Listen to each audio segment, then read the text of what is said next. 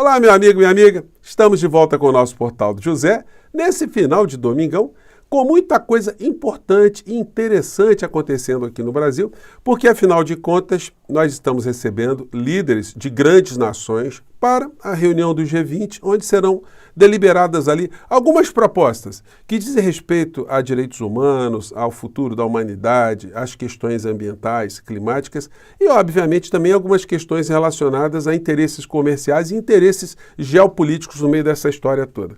Mas tem um penetra, né? Está chegando agorinha aqui no Brasil, que é o nosso vizinho aqui argentino, que veio para tumultuar. Sequer irá conversar com o presidente Lula, mas vai puxar um saco ali do Xi Jinping, que é a reunião mais importante que os argentinos estão querendo fazer, logo com quem ele dizia que nunca faria nenhum tipo de acordo, porque ele não conversa com comunistas, ele só faria algum tipo de acordo com aquilo que ele chama de mundo livre.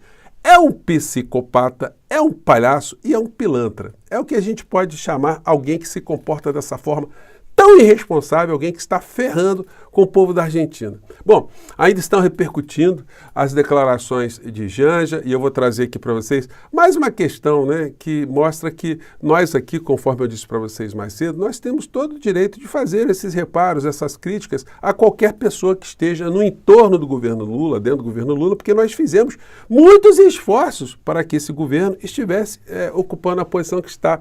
E a gente não pode deixar justamente as pessoas que agrediram tanto a nossa sanidade física, a nossa sanidade mental, a nossa democracia e que estão em vias de ir para a cadeia, tumultuarem o nosso país por conta de uma situação como essa. Eu vou conversar com vocês sobre essas questões todas, mas antes de mais nada, é sempre muito importante, você que está chegando agora no nosso portal e ainda não nos conhecia, para que, em primeiro lugar, você se inscreva aqui conosco e conheça também os nossos outros vídeos. Se você gostar, compartilhe, recomende e nunca se esqueça de dar o seu joinha, mandar o seu comentário, se puder, venha também para o nosso clube de membros. Você aqui é muito bem-vindo e muito bem-vinda. Gente, como eu sempre faço com vocês aqui, domingo é dia de resenha, da gente acompanhar aqui os fatos que estão nos jornais. Mas o que está acontecendo no G20 está ganhando mais proeminência, pelo menos aqui nas redes sociais. Mas eu quero chamar a atenção de vocês para um aviso que o Hélio Gaspari, que é um cara muito bem relacionado nas estruturas de poder aqui no nosso país desde sempre. Para vocês terem uma ideia, o Hélio Gaspari recebeu todos os arquivos do general Golbery Couto e Silva para fazer ali um trabalho sobre a história do nosso país. Foi a ele que foi confiado esse material todo. Então, é uma pessoa que conhece as entranhas do poder desde sempre. E ele está dizendo uma coisa aqui na coluna dele que serve como um alerta que a gente já fez aqui, mas ele sublinha esse alerta. Que pessoas como a figura do inelegível, uma vez pertinhos de irem para Papuda, saem fora, rapam, vazam do nosso país, fogem, viram foragidos.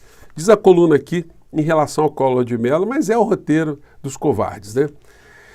De um conhecedor dos labirintos do governo Fernando Collor, ao saber que o STF manteve sua condenação a 8 anos e 10 meses de cadeia, restando-lhe apenas um recurso em liberdade. Abre aspas, ele vai se mandar. Então, muita atenção, muita lupa sobre o senhor Fernando Collor de Mello, porque esse assunto aí tem que ser enfrentado para inibir que outras criaturas queiram fazer a mesma coisa, né? O Bolsonaro já está meio preocupado com a Argentina porque o Poder Judiciário está remetendo para cá uma série de criaturas. E o Dudu Bananinha mais cedo, ele falou, escreveu que está fazendo gestões com o governo argentino, embaixador da Argentina, enfim, para tentar barrar a vinda dessas pessoas ou a remessa dessas pessoas para o Brasil. Só que tem um negócio, se elas não vierem para o Brasil, elas ficam presas na Argentina. Qual é a diferença? Vai ficar preso lá, enfim, vão ficar numa cadeia, porque não tem essa de ficar livre, leve e solto lá, descumprindo decisão judicial, com o Tratado Brasil e Argentina, Tratado de Extradição, em vigor. Então, mas enfim, né? Como a gente está numa situação sui generis, onde uma coisa que o Milei está fazendo muito na Argentina é desrespeitar a legislação, de um modo geral, vamos acompanhar como é que está essa história. Ele está se achando, né? Bom, e aí uma coisa que está ganhando destaque também nesse encontro G20 é o Lula, de uma forma lateral, dizendo que a jornada de trabalho menor é uma coisa que faz sentido. A notícia aqui diz o seguinte: Lula pede jornadas de trabalho mais equilibradas. E olha só que coisa interessante, gente. O jornal O Globo, na área de economia hoje, a página 23, dá uma notícia muito boa, né, para quem está nessa batalha, está nessa campanha.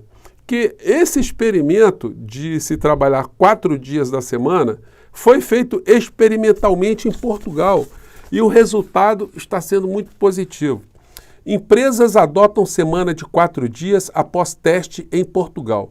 Projeto piloto resultou em maior satisfação de trabalhadores, sem queda na produtividade, mas o nó está na reorganização. Bom, reorganizar é o menor dos problemas, né? Que se todos nós tivermos que pagar um pouco mais na prestação de serviços, quando você vai no restaurante, você pagar um pouquinho mais, pagar 10%, 5% a mais, você vai fazer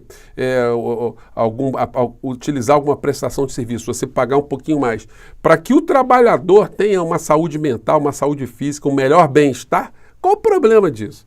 Isso acontece nas nações civilizadas, gente. Quem viaja para fora do Brasil, você vai para os países europeus, você paga em euro e paga bonito. Você vai para fora em países que pagam, que tem a moeda com parâmetro no dólar, você paga e paga bonito. E aqui no Brasil, você quer pagar de uma forma mais baixa para que as pessoas passem necessidade e que tenham uma vida ruim, tenham uma vida sem qualidade alguma.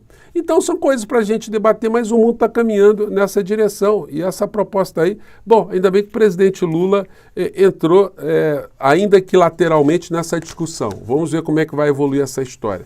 Aqui no Brasil está ganhando cada vez mais adesões. Depois que passar o G20, certamente o noticiário vai voltar a essa questão. Aqui na coluna da Miriam Leitão hoje, ela chama atenção para esse fato aqui: o Brasil deixará legado no G20. Qual o legado? É que pela primeira vez uma questão social foi colocada de maneira muito frontal pelo presidente Lula, que é a proposição da formação de uma aliança, de um grande fundo para combate à fome nos países em desenvolvimento. E isso é uma coisa que deixa de ser apenas um mero discurso para se converter numa política global, uma política que vai ter ali os seus órgãos interagindo para essa finalidade. Agora, internamente aqui no Brasil, o que é vital no meio dessa história? É que haja uma continuidade numa política humana, numa política de direitos sociais, de compreensão da realidade, que está sendo implementada no governo Lula.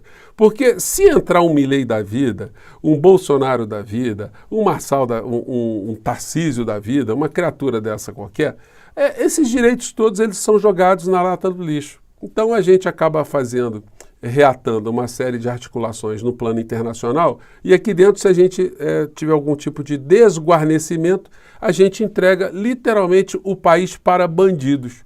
Por isso eu tenho cobrado, muitas pessoas até pegam no meu pé aqui no nosso portal. Eu lendo os comentários de vocês, muitas pessoas falam: José, você está chamando muita atenção da área de comunicação do governo Lula, você vai ficar rouco. Gente, eu posso até perder a voz, mas eu tenho que continuar cada vez mais chamando atenção para esse tipo de ponto fraco, que é a comunicação, não a comunicação institucional. Porque se o governo faz uma licitação, bota um monte de propaganda em tudo quanto é lugar, mas isso não politiza as pessoas. Isso não desperta reflexão. E tem outra coisa, esse tipo de mecanismo não possibilita que o presidente da República escute a sociedade, fora do período eleitoral. Então, gente, a gente tem que insistir aqui cada vez mais, a gente vai somando vozes aqui e muitas vozes acabam fazendo até ouvidos que estão mais mocos se manifestarem, né? Então, nosso propósito aqui é fazer com que o presidente da República escute essa situação nevrálgica e que abrace essa área de comunicação com muita força, porque senão nada do que está sendo feito agora acaba tendo algum tipo de desdobramento, porque caindo nas mãos de psicopatas o negócio fica complicado. E aí ainda está repercutindo essa coisa da Janja que ela disse, mas enfim, gente, isso fica mais no nosso campo da percepção ética de como devem se comportar pessoas numa república do ponto de vista da racionalidade. Mas essa gente que está fazendo muitas críticas, eles esquecem de coisas assim bizarras que aconteceram no Brasil. Bolsonaro critica caso Janja Moski, mas em seu governo chegou a ameaçar Biden com pólvora. Essa foi uma das situações mais patéticas, né, que a gente viu no Brasil. Se você não se lembra, vamos ver aquele o Bolsonaro dando aqui a ameaçada aqui no Biden. Vamos pegar aqui. Assistimos há pouco aí um grande candidato à chefia de Estado dizer que se eu não apagar o fogo da Amazônia, levanta barreiras comerciais contra o Brasil. E como é que nós podemos fazer frente a tudo isso? Apenas a diplomacia não dá, né, Ernesto? E quando acaba a saliva, tem que ter pólvora, senão não funciona. O Bolsonaro dizendo que se os americanos fizessem alguma sanção contra o Brasil, que, olha, acabou a saliva, vai pólvora. Gente, é uma coisa bizarra, né? Enfim. O inelegível foi numa igreja hoje, mas ele vai na igreja, coloca aqui no Twitter dele, no X, mas não vai para rezar, né? Vai fazer política. Tem gente que ainda acredita que esse homem tem um pingo de religiosidade na alma dele. Declaração final do G20 tem acordo entre países, mas a Argentina atrapalha. Milei divulga a agenda de reuniões bilaterais do G20 no Rio, com Xi Jinping e sem Lula. E o Palácio do Planalto também não fez divulgação de absolutamente nada. Então, essa gente está ficando sem assunto lá e está ficando sem assunto aqui. Aqui os patetas da extrema-direita estão levantando a seguinte situação, vejam só. O pugilista ganhou um prêmio ontem, numa luta, e fez homenagem a Trump. Aí o texto é: incrível, Donald Trump aparece em luta épica e recebe cinturão do maior lutador da história. Aí o lutador, né? Quando a gente percebe que realmente faz ele aqui ganhou um voto popular com muito mais votos. O lutador faz uma presepada, né? Aí vai, ó, aí fica todo feliz. Agora é o seguinte, né, meu amigo? O Trump foi aquele que, quando morreu o George Floyd, ele achou bacana baixar a porrada, jogar bomba, né, nas pessoas que estavam se manifestando para que isso não acontecesse novamente. E quando ele foi chamado para dar uma entrevista sobre esse assunto, olha a sensibilidade da criatura que vai tomar posse lá, né? Trump lamenta a morte de George Floyd, mas pondera que mais brancos são mortos por violência policial.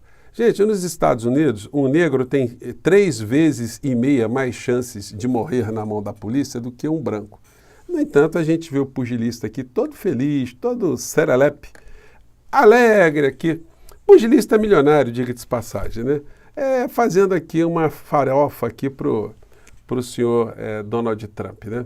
Vocês vejam que tem muita gente que anda perturbada em todos os níveis, em vários cantos desse planeta. A nós compete aqui manter a nossa sanidade mental e cada vez mais a gente juntar mais pessoas aqui para poder fazer essa resistência como nós fazemos aqui no nosso portal, né?